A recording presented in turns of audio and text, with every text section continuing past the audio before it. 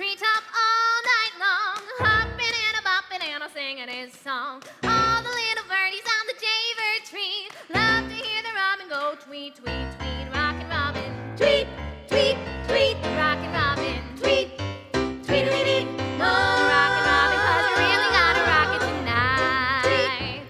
Tweedledee, every little swallow, every chickadee, every little bird in the tall oak tree, the wise old owl, the big black crow, flapping their wings, singing, go bird, go, rockin' robin, tweet, tweet, tweet, rockin' robin, tweet, tweedledee, oh, rockin' robin, 'cause you really gotta rock it tonight. Tweedledee, tweedledee, tweedledee, tweedledee, tweedledee, tweedledee, tweedledee, tweet, tweet, tweet, tweet.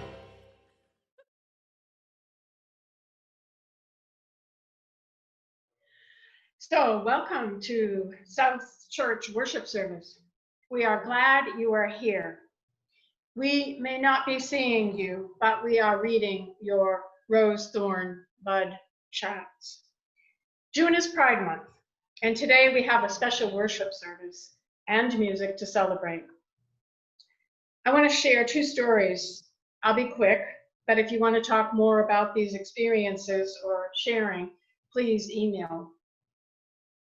One first story, I'd been doing weddings for a few years and always proclaimed, now by the authority vested in me, the state of Massachusetts, I declare you are married. Until Mary and Evie approached me and asked me to do their service of union. And this was 10 years prior to the change of laws in Massachusetts. I was thrilled they were going to be married together, Evie, and we planned the service, and the day came, the ceremony of union was over, and it hit me hard that I could not proclaim them legally married. I was furious, I was sad, and I decided right then and there that I would not say those words, now by the authority vested in me, to any straight couple till I could say it to all couples. And I stuck by that until May 2004, when the law changed in Massachusetts. And I conducted 12 GLBTQ same gender weddings that weekend. And this is how I got my stole. Mark and Billy called and wanted to be legally wed, and I told them that I was kind of busy that weekend, that I had 11 weddings already planned for that weekend, and they begged me. They'd been together for a very long time and really, really wanted to be legally married. And how could I say no? I mean, I really couldn't. I said, well, what I do have is I can find 3/4 of an hour between my first marriage and what would have been my second marriage, if they could live with that I would marry them. And they agreed. They got their license. They met me at the church as decided. Mark or Billy, or maybe both of them, took one look at me and said, this won't do. And I thought, oh no, what did I do? What did I do? But they meant the clergy stole that I had on. And they took it off of me and they tossed it aside, and they placed this lovely on my shoulders. I will not, I won't cry. I said, but I sure will say to Mark and Billy, now by the authority vested in me and the Commonwealth of Massachusetts, I now declare you are legally married. You may now kiss and leave here to live in love. And so we are here to live in love. And let's hear all about today's worship from our worship associate, Laurie Bilby. I'm so anxious to hear your stories. Thank you for being here. Thank you, Reverend Susan, for that warm welcome and those words. I am so excited that we're able to put a Pride service together today, especially in this time where Pride celebrations across the country and the world are being postponed due to the pandemic. Excited to hear the words and the stories this morning of our two featured guest speakers, Willow Young and Carlo Nittoli. The story is coming from our own cat Lyons, and the music this morning, the spectacular music, is offered by Cathy Okhuysen, our pianist Susan Adams, and by Ben Hart of the Seacoast Repertory Theater, who also happens to be the son of our own board chair, Janice Wallach. Thank you, especially as always, to Pip Clews for the exceptional video production in bringing you these online services.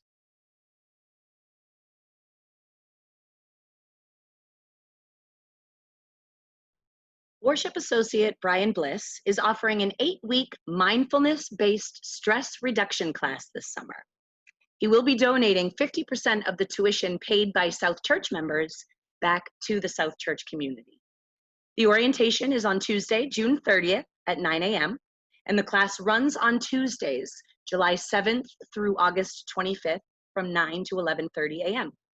Brian's holding an information session about the class on Tuesday, June 23rd at 9 a.m. You can find out more information about the class and sign up at blissmindfulness.com.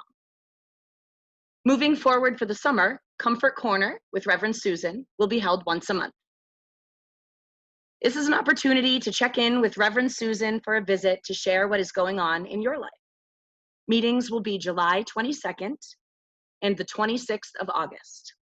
We will be sending out reminder notes with Sunday announcements the week before Comfort Corner meets. Please join us for some conversation and sharing.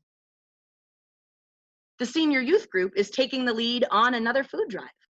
We will be helping fill the hall at Portsmouth's Music Hall. Members of the youth group will collect donations on June 22nd and drop them off for you. All you need to do is buy a lot of food, email Paula Boyvin and let us know that you bought said food, and put your donation outside for pickup. The music hall is trying to fill the seats twice this year to help gather, and we are hoping to do our part. Please contact Paula Boyvin if you have a donation at paulamboyvin@yahoo.com. And at next week's service, we will be talking about play, so we want to see pictures of you and the people that you love playing together. Please send photos to Jen Del Deo by Thursday morning at jendeldeo@southchurch-uu.org. And now a message from Ginny Cease with the Pocket Garden Tour Committee. Hi everyone, I'm Ginny Cease for the Pocket Garden Tour Committee, sitting in my back garden. So I have some flowers, you can see. The Pocket Garden Tour is working hard for our 31st annual tour on Friday, September 11th and Saturday, September 12th. A big shout out goes to Liz Ford, Jim Monroe, and Denise Brown, who continue to bring in the ads, and Cindy Brown, Jackie Ellis, and Robin Schnell, who have added a few more gardens to our tour. You can now sow some seeds of support right now by purchasing a $25 bloom and having your name and message in the tour brochure as a supporter. Blooms may be purchased at the South Church website by clicking on the What We Offer tab. Thank you. Hope to see you soon.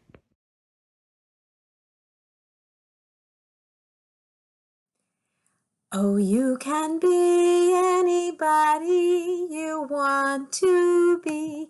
You can love whomever you will. You can travel any country where your heart leads, and know that I will love you still.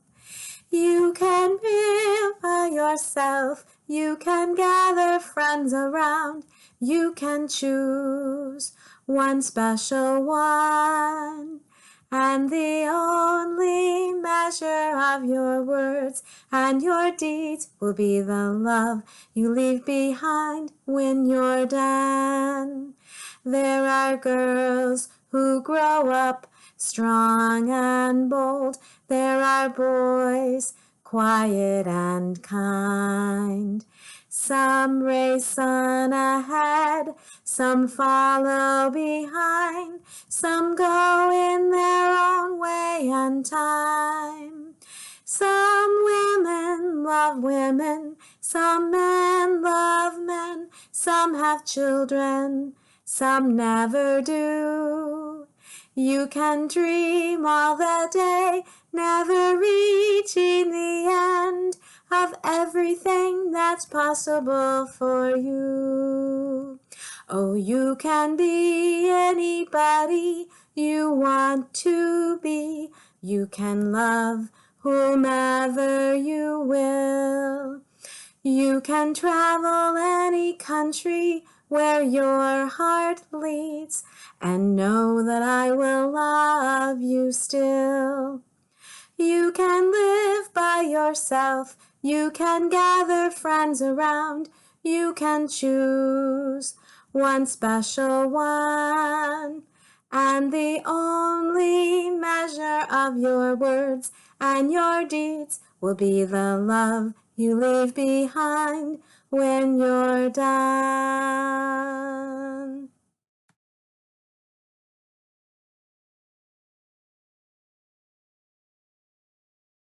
Good morning. My name is Laurie Bilby, and I am one of a team of worship associates that have the privilege of working with Reverend Susan Suchocki Brown, Kirsten Hunter, our guest speakers, and our wonderful office staff in bringing worship to you in whatever way we can, whenever we can. Almost all of the t-shirts you see on the wall behind me were collected at Pride celebrations over the years. Maybe they'll become a fabulous quilt someday. My favorite, whereabouts unknown, was acquired at the March on Washington in 1993. It said on the front, "I'm not just out of the closet," and on the back, "I'm in the living room with my feet up." So why a Pride Sunday? Well, on June 28th, 1969, New York City police raided a crappy mafia-run bar in Greenwich Village, the Stonewall Inn, which exploited, but nonetheless welcomed as patrons, lesbian, gay, bisexual, and transgendered people. Among the arrestees were employees and people who were violating the state's gender-appropriate clothing laws. Now think about how the police determined that.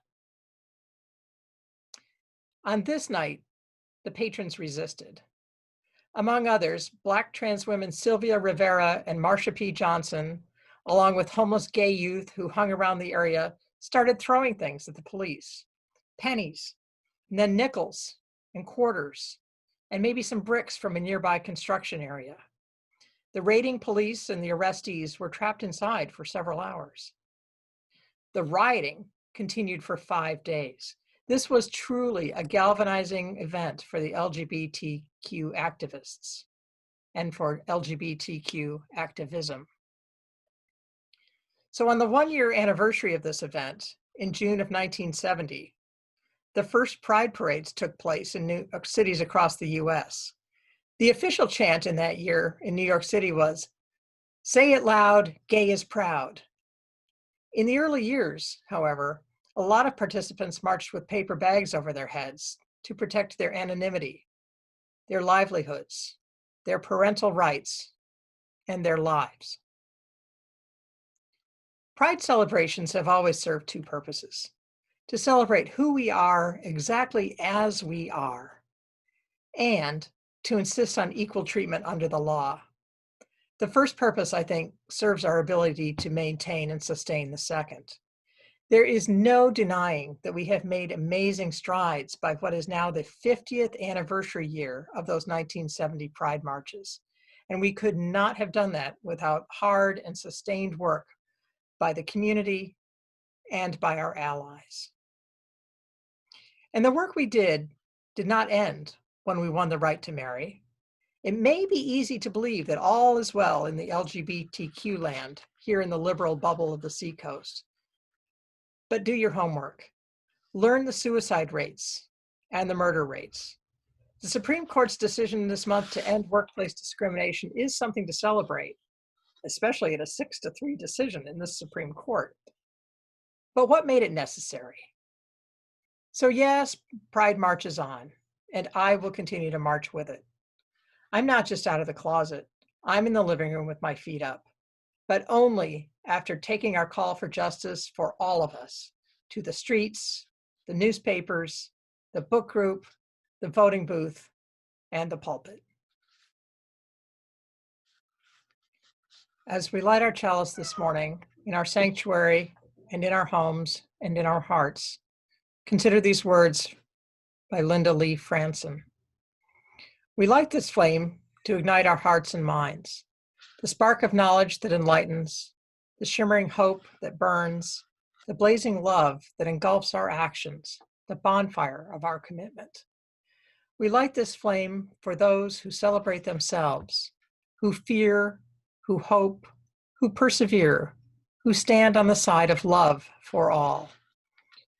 We light this flame for those who have been ridiculed, that they may find peace, for those who have fought to marry, that they may celebrate, for those who live in uncertainty in the world, that they may have hope. We light this flame to renew our commitment that no one shall ever suffer again for the right to love. We light this flame to celebrate our kaleidoscope of diversity, working, loving, and living on the side of love. For this, we light this flame. Please join with me now in reciting our mission statement on your computer screen.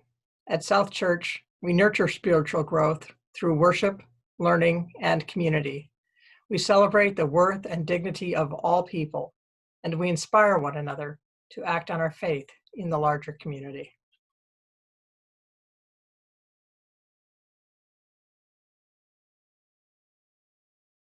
Hi everyone, happy Pride and welcome to our Time for All Ages. My name is Kat and I wanted to share a couple stories with you today about what Pride means to me and what it means to other people. For me, Pride has always been about my journey and the journeys of others, because a journey is something that happens throughout your whole life. When I was a kid, I always felt that there were so many different boxes in the world that people wanted you to fit into so that they could decide who you were and where to put you in their brains. And that kind of felt not so good to me because I didn't really feel like I was a box person. I didn't really feel like I was just one anything. If I wrote mostly with my right hand, I thought, maybe I should write with my left hand too. That was a little bit hard. But I did always feel like I wanted a little bit of everything in my life, or to reflect a little bit of all of the things that I liked. And sometimes those boxes didn't feel like they allowed that. And as I've been growing, I've learned that not being a box person is not just okay, it's great. And it is exactly who I am. And on my journey, learning how to be okay with the fact that I don't necessarily fit into one thing or another has brought me to really feel the month of Pride in myself and pride for my own journey and for my own life. So I want to share another person's journey with you who didn't necessarily feel like they were a box person either. This person wrote a book that is written in both English and in Spanish, which is kind of cool. I'm going to read it to you in English, and I'm going to read and then show you the pictures. So don't worry, you're going to be able to see everything.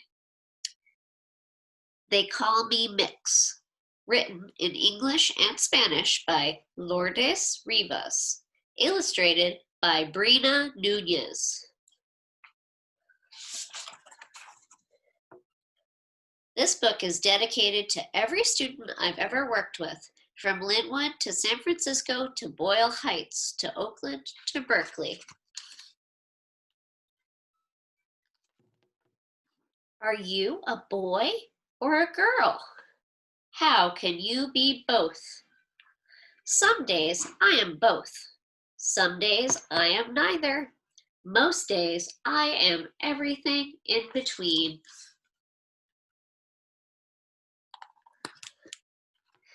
Before I was born, my mom had two different names ready for me, Daniel and Lourdes. I would be Daniel, like my uncle, if they decided I was a boy, and Lourdes, like my aunt, if they decided I was a girl. Both names come from my mom's family in Mexico. When I was born, everyone decided and agreed that I was a girl, so they named me Lourdes.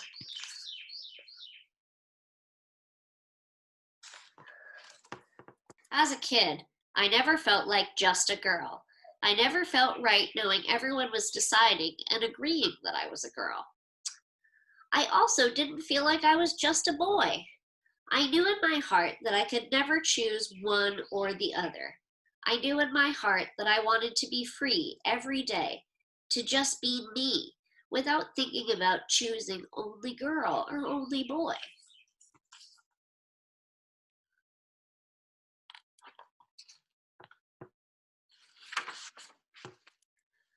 I always felt like a little bit of both.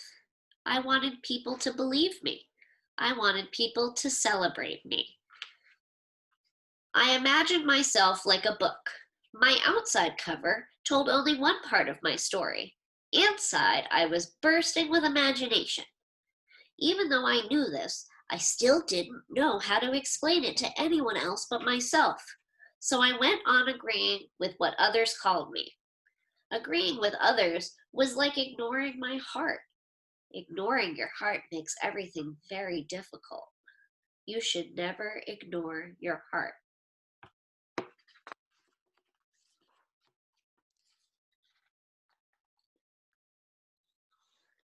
Have you ever noticed how almost everything is divided into boys and girls?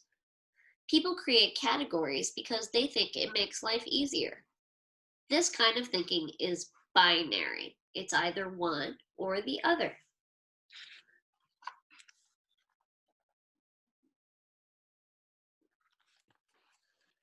But when it comes to people, especially people like me, gender categories like boy and girl make so many things difficult.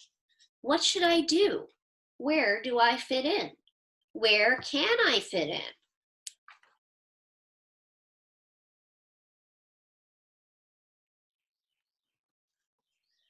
Here, we are transgender. We are not one or the other. We flow free like water in a river. We are non-binary. We are not just girls. We are not just boys. We are both and everything in between. Everything makes sense. I understand more of who I am. I can share how I feel now. This is your community. I learned that it's okay to disagree with everyone who looks at me and says I am a girl. It's okay to say, I'm not just a girl or just a boy. I'm both and everything in between. Instead of she, you can just say my name or use they. Go ahead, try it. Many people understand that my gender is something for only me to decide. They ask what I'd like to be called. They learn to use non-binary words for me, like they, or just my name. They support me.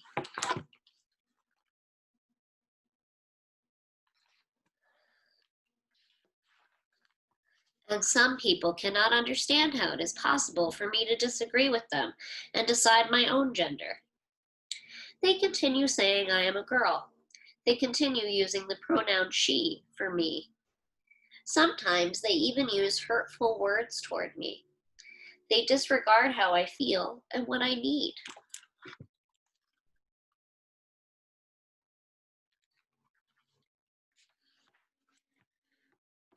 I stay away and try to ignore them. I stay away and try to remember that they have some learning to do. I stay away and I try not to let it bother me too much. Thankfully, I met and made friends with other smart, talented, and beautiful non-binary people.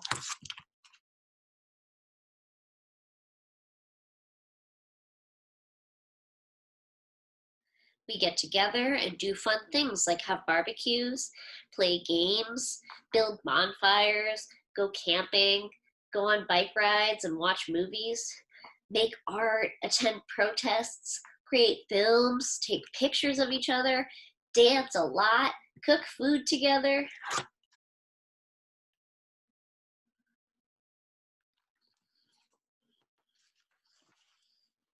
We listen to each other. We believe each other. We celebrate each other. I grew up and became a teacher. I am a non-binary teacher. I teach my students about respecting all genders. We practice with each other.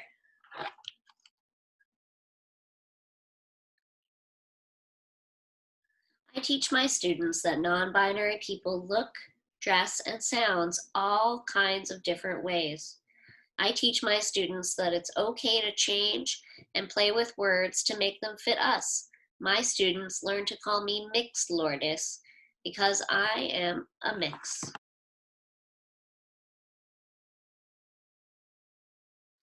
And you too can decide for yourself.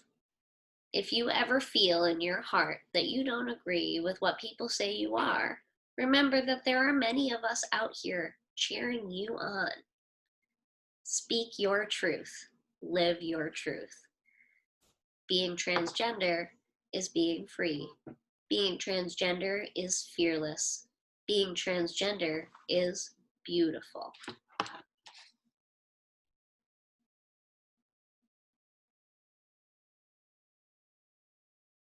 The end. Thank you so much for listening to my story and to someone else's story today. I really want to thank you for joining us for our Pride service. And I want you to remember that Pride is for you and for everyone in your life. Happy Pride, and thank you for joining us for our service today and our Time for All Ages. Bye.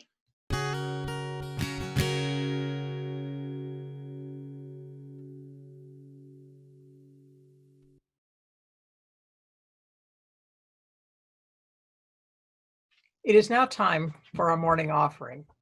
Please use the donate link on our website to make your generous donation to this church and its good work, and also to our shared plate partners for the month of June, Black Lives Matter UU and DRUM, Diverse and Revolutionary UU Ministries.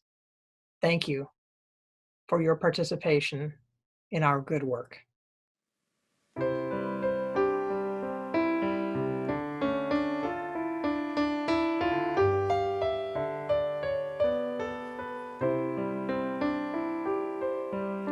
Beautiful dreamer, wake unto me. Starlight and dewdrops are awaiting thee. Sounds of the rude world heard in the day, led by the moonlight, have all passed away. Beautiful dreamer, queen of my song, list while I woo thee with soft melody. Gone are the cares of life's busy throng. Beautiful dreamer, awake unto me.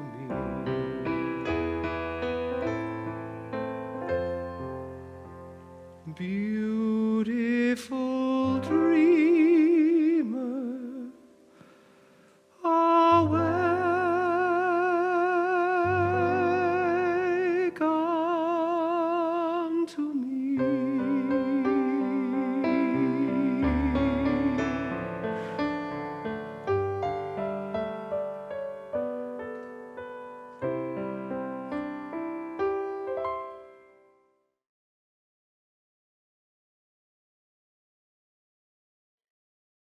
Invite us into an attitude of prayer.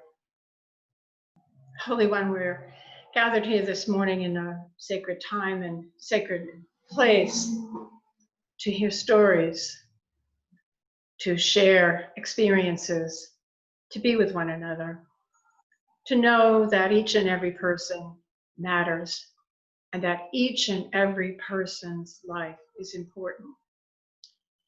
It is 50 years since we have begun thinking about the Gay Pride Parade, and that is so sad that we can't be out joined together in joyful costume and singing and dancing in the street, but I'm singing and dancing with you.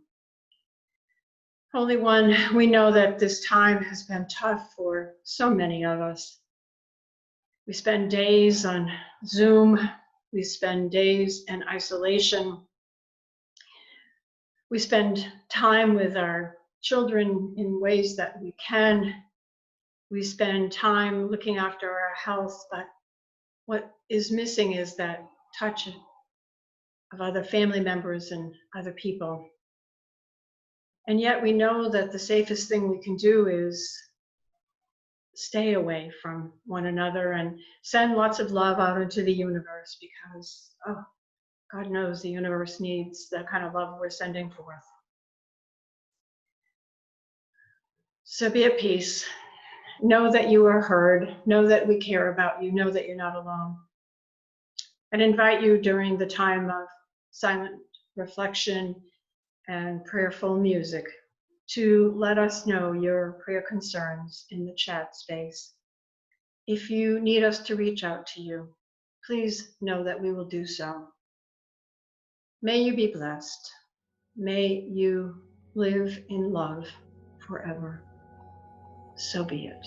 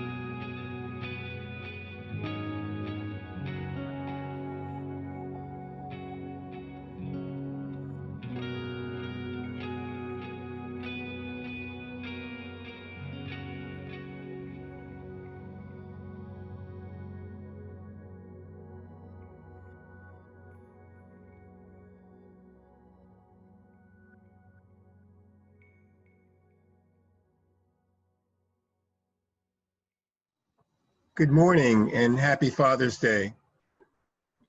We might remember from our history classes that the Greeks taught us to know thyself. In Roman times, it is translated nosce te ipsum.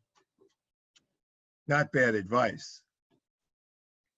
47 years ago, on December 17, 1973, the American Psychiatric Association made history by issuing a resolution stating that homosexuality was not a mental illness or sickness. This declaration helped shift public opinion, marking a major milestone for gay rights. This news, for me, came as a cool breeze in the desert. I was 27 years old. So who is this skinny kid who came from the Italian North Ward of Newark, New Jersey, where everyone who was important in your life lived within 6 blocks of your house, where every Sunday morning, walking to Catholic Mass, one was met with the aroma of Italian gravy, and each nonna felt hers was the best recipe. They were grandparents, aunts and uncles, and cousins galore, where family, church, and school ruled in that order. These immigrants wrote the book on It Takes a Village. There was a song in the 1960s by Neil Sedaka called Breaking Up is Hard to Do. But my theme song was Coming Out would be impossible to do. So I thought. I have to say that this coming out thing came with two emotions, fear and panic. Fast forward to March 27th, 1985. It was my 40th birthday. And years before, I made a pledge to myself that on that day, I would put this coming out to rest. It just so happened that I had a sabbatical that year from Exeter Public Schools, and I was traveling as a chaperone with students of Russian language from Phillips Exeter Academy. They were on their March break, and we were going to the Soviet Union. My 40th birthday occurred during that trip, and as I awoke on a train entering Leningrad, my first thought, oddly enough, was my promise to myself. I also thought, with a smile, that by coincidence that I was coming out in this most important first step in the evil empire, the name given to the Soviet Union by President Reagan, taken from the first Star Wars films. Maybe I should have picked a less dark place for this event in my life to happen. But it turned out to be a bright light. As the saying goes, take a leap and there will be a safety net. Fast forward to the early 90s. That safety net was, in a big way, the basement of South Church, because there, the Seacoast gay men met every Monday evening. They ran many informative presentations, and soon I became active in PFLAG, Parents and Friends of Lesbians and Gays, and later very involved in Exeter High School's Gay-Straight Alliance. To Exeter's credit, they put in an harassment policy to deal with bullying and name-calling for all students and teachers. One Monday night, the speaker was the Reverend Bob Carnan, who spoke and gave information about a service the church was giving around gay pride. It was, I learned, a tradition the church did for years. Well, I went to the service. The sermon was called, It's About Love, Why This Church Honors Civil Unions and Ultimately Gay Marriage. Well, talk about another cool breeze in the desert. It was the first time I had ever heard a sermon in a church in the midst of a very diverse audience, families, kids, young and old. I noticed the church was packed. His words were eloquent, touched my whole being, and one of my friends, Richard, had tears running down. In my church, at that time, when it came to this topic, all I knew was what Leviticus said in the Old Testament, that I was an abomination. And what St. Paul said in the New Testament, you shall receive the fitting recompense of your perversity. I later learned South Church at this time did holy unions, and they registered them at City Hall here in Portsmouth until they became legal. Talk about being on the right side of love. So fast forward to 2008.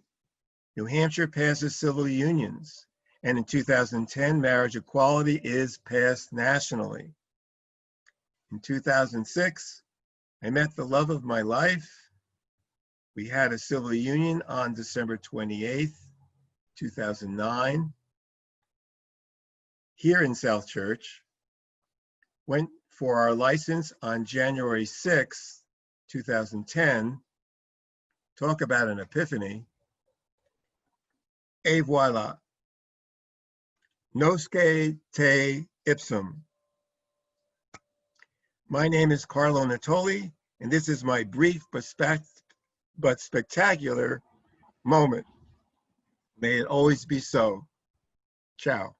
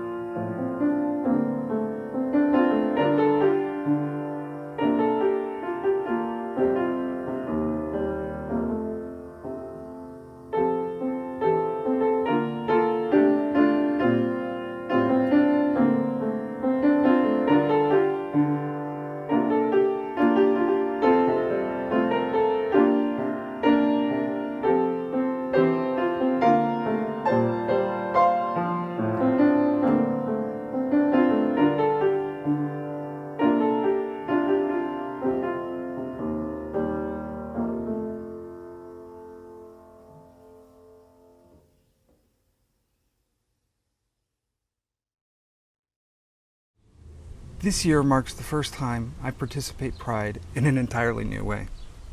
For years I've supported Pride, been to rallies, encouraged friends to participate, and enjoyed the celebration of LGBTQ plus visibility. But this year is the first time Pride has come around since I've come out openly to myself, my family, and to the world as to my authentic self. Like many stories of transition, mine has been filled with challenges, frustration, anxiety, relief, joy, and lots of gratitude. I've been lucky that my transition has been smoother than the experience told by so many other transgender people. I've been lucky to have the benefit of a life's worth of experience, the financial stability to make significant life changes, the supportive laws in New Hampshire and California where I was born, a supportive employer, and most importantly, a loving and accepting family. I try every day to maintain some humility because I know too that there are still significant challenges for our community across the country as a whole. But coming out as transgender with every intention of living openly as myself and giving up nothing was daunting. I know that I've had a blessed and privileged life. I've had struggles to survive. I've worked hard. I've tried to do well, and I'm also cognizant that my life has benefited by the opportunities that were more accessible due to my race, my gender, and economic standing. But I, as we all know, had a secret, a dissonance buried so deeply and held so tight that I barely let myself in on this secret. I was not the person everyone saw in me. How I saw and truly felt about myself was incongruent with how the world saw me. And deep down, even early in life, I just knew that if I wanted to have the rest of my life work, it might be something better locked away. And in some ways, maybe I was right. I mean, I got the wonderful spouse, great kids, a decent job, and plenty of opportunities. The rest of the world never saw the dissonance. But then, when I became a parent, still deeply unaware and unable to see my own truth, I knew that I never wanted my children to feel that same degree of dissonance. I always tried to be an ally for them and model what that behavior meant before either of us even really might know what it could mean. But unconsciously, I surrounded myself in accepting communities and saw suddenly that my children becoming advocates, allies themselves, and willing to claim their own identities. See, it was watching my children who were living open, intentional lives that forced me to realize that I had not given that same opportunity to myself. I could no longer hide within the mask that no one even knew I was wearing. I knew I was going to have to come out to myself, and of course by doing so, come out to the world as the woman I'd buried away so long ago. I think one of the hardest and most terrifying parts of this were first in overcoming the biases and narratives that had shaped my own thinking and self-image. I had to throw out the sort of lifelong taught assumptions of what being transgender meant, especially about me, but that the only test in identifying as a woman was really to just own my own identity. Next, of course, was overcoming the fear of what this would mean to my immediate family. I had to have faith that my partner and children were exactly the accepting, loving, strong, and committed people that I really knew them to be. But it's not enough to feel safe at home or in my own skin. I do want to live in the world. So I spent time learning about the experience of others. I researched the laws where I worked and traveled, and I was constantly shown how wide were the lack of protections that could leave me without work, without safety in public, and with no legal recourse, all depending on which state I happened to be in at that moment. Well, happily, as of this week, we have at least one more step toward being seen and protected fully in federal law. This is good news. That's news worth celebrating, but we still need to go beyond what the law can do for us. I first really noticed how the world perceived me when I traveled for work as a frequent and trusted traveler. Instantly, I went from going through, that additional screening maybe once every year, every other year, to being more deeply scrutinized about 60% of the time. What changed? Well, there was my clothing, the lack of beard that was not on my face but on my ID, the eyeshadow. Bad luck. I just can't believe that one. But what did seem clear was that wearing a skirt through the airport with a masculine name on one's ID is grounds for security concerns because it could not possibly be profiling prejudice or against somebody's rules. Well, I started to prepare myself to choose not to fly. To not accept indignity, though, and to prepare my voice to calmly and firmly advocate for myself. And it was the little things that were suddenly very present to me. The small sarcastic comments said, just loud enough. The people giving me a second or third or pointing long look, and having to say, yes, that's me, when I had to show identification or use a credit card. It kind of reminded me of being bullied as a child. But when the opposite happened, being directed to the ladies' room when all I asked for was a toilet or a restroom, or a flight attendant calling me Ms. Young without prompt, when the flight manifest clearly still said Mr. Young. When a coworker called me just to say, thank you for being you, and I'm here if you need anything, before I even knew who I was. Then when I chose to come to work, presenting, well, what was the biggest topic of the day? The job we were there to do. It wasn't an issue. These are momentary explosions of light and acceptance, and they helped me claim my own identity. What a delight to discover allies in the world in places I never even thought to look. I did not yet have transgender role models or know of people's stories that aligned with my own. In many ways, I felt like I had just myself to find my way through this journey. But my allies, they came out of the woodwork. They treated me as a person, And that gave me the space and the strength and the confidence to jump into my transition wholeheartedly. Now I am Willow Young, and my pronouns are she, her, hers. But more importantly, I am visible. I realized very quickly that coming out was something that I would not have a choice but to have be seen. Unlike my lesbian, gay, and bisexual peers, people were going to see or guess this about me first. I needed to live and present authentically while not divorcing myself from my past. I had to prepare myself to be a representative of the LGBTQ community, whether I or my family wanted it or not. And now I'm a model for those afraid of transition, and that it can happen successfully and safely.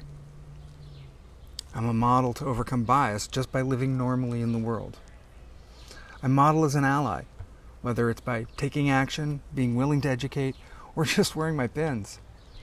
I continue to model accepting and validating others so they may do so for me. So I've decided that 2020 is about visibility. 2020 is perfect, uncorrected vision.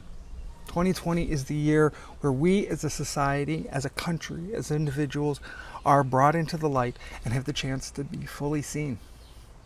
The pain, discrimination, and institutional prejudice experienced by Black people is clearly being seen by more people.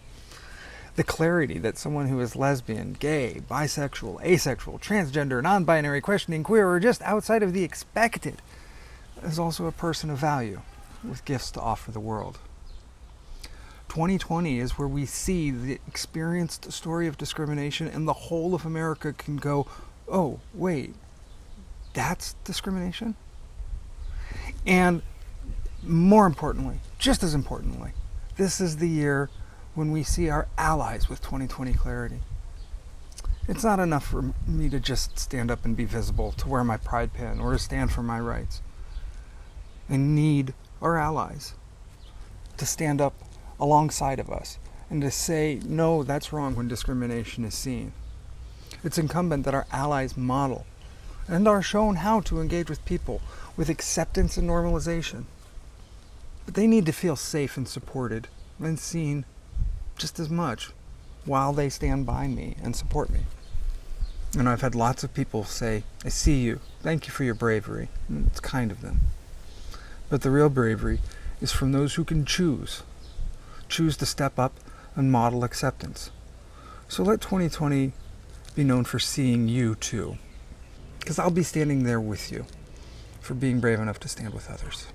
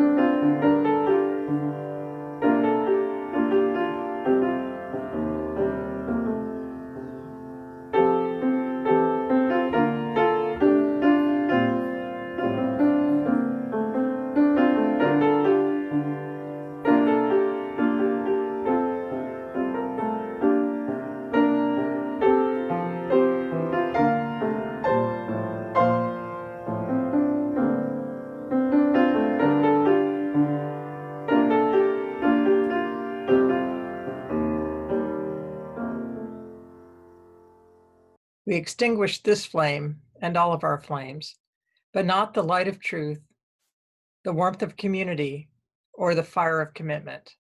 These we carry in our hearts until we are together again. Hear the words of the benediction from Jim McGaw. When I say go in peace, I don't mean go in mindless oblivion. When I say go in peace, I don't mean go without challenging yourself or others. When I say go in peace, I don't mean go in utter ease and comfort. When I say go in peace, I mean go in peace seeking justice. I mean go in peace committed to equal rights and opportunities for all. When I say go in peace, I mean go in the peace that is created when, together, we build communities of true solidarity, deep compassion, and fierce, unrelenting love. Go in peace. Every morning, every evening, ain't we got fun? Not much money, oh but honey, don't we have fun? The rent's unpaid, dear, we haven't a care. But anyway, dear, we'll stay as we are. Even if we owe the grocer, don't we have fun? Tax collectors getting closer, still we have fun. There's nothing surer, the rich get rich and the poor get poorer. In the meantime, in between time, ain't we got fun? Don't we have fun? Still we have fun.